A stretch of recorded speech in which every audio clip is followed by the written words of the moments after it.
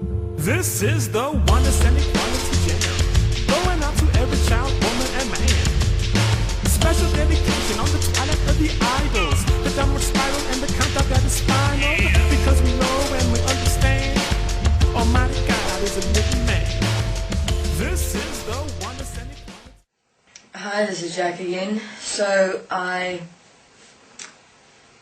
was where the Anunnaki placed themselves as per agreement with the Atlanteans in the Earth's core, around there, and the planet was out in the universe but not far, quite near to Earth itself, and interdimensional though. So what they had learned from the Atlanteans was that everything in its essence, that which it actually consists of, the foundation, is sound. And the development of gold itself was done through a specific method of sound frequency manifestation. The tools specifically they used to develop gold was through sound frequency resonance. And so they tried an interesting method which they hadn't considered previously when they had that other planet, the one with the which I told you about, the first one. Didn't take into consideration is the following. They don't actually have to be there the whole time. They don't have to assign people of their race, beings of their race, to remain there the whole time and manifest gold. In the specific way they did it, they're actually able to have gold automatically manifest in the earth and then come back now and then and thus obtain the gold when necessary.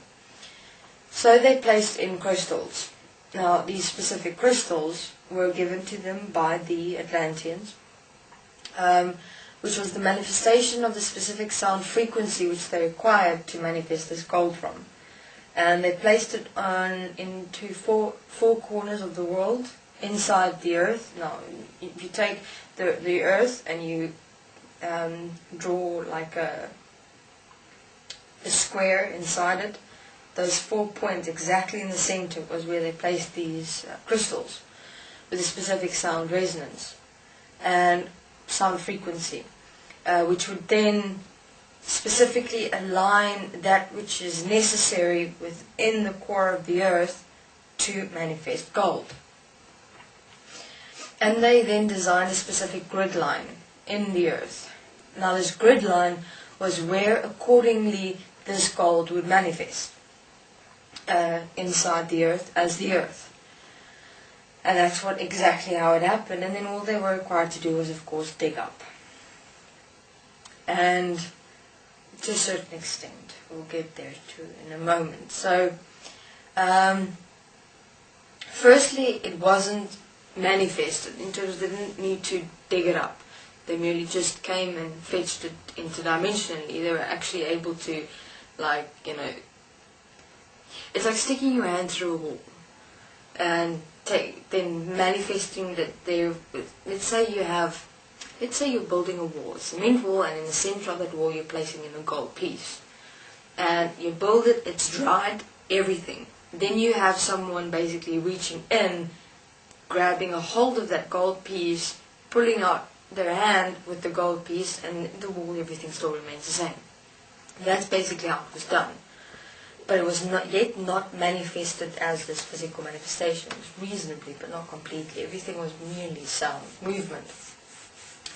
So, then, now you're probably asking, were there trees? Were there animals? Was there, what should I call it?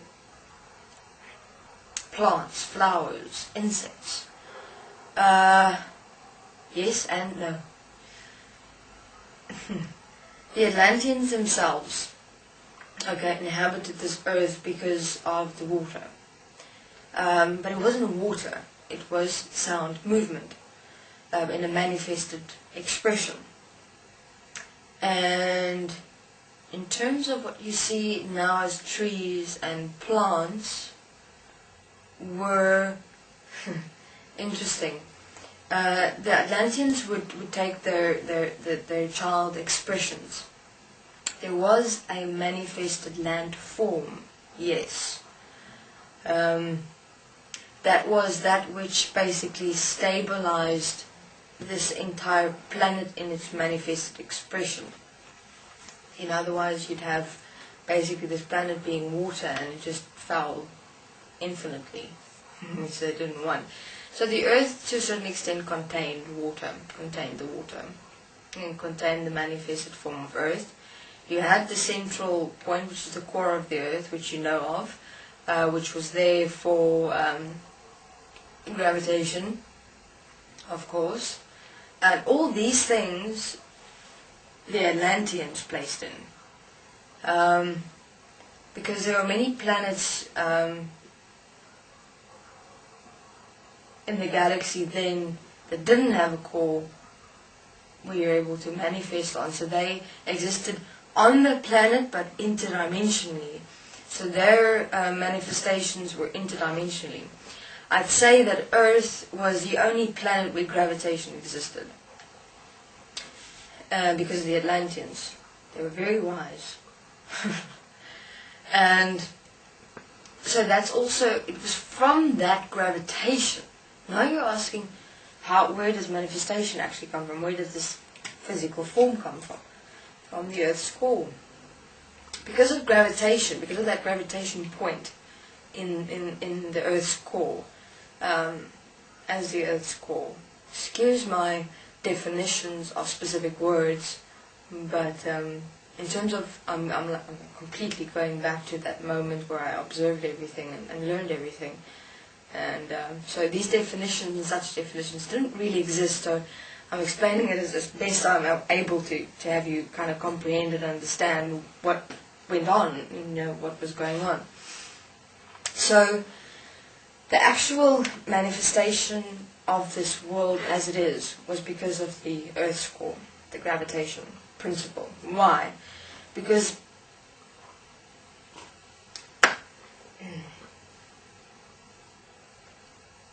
what am I able to take as example? You have those things children play with that you kind of pull out, you string it out. It's a round circular kind of a plaything, and then you can play with it up and down, up and down. So let's say, for instance, you have this thing stretched out. That would be basically, and it looks different. It looks individual in its expression. Then, in terms of the Earth's core, that brought that all of this galaxy and universe's components together into one, which is compression. It causes compression. Okay, this is Jack. I'll continue in my next interview.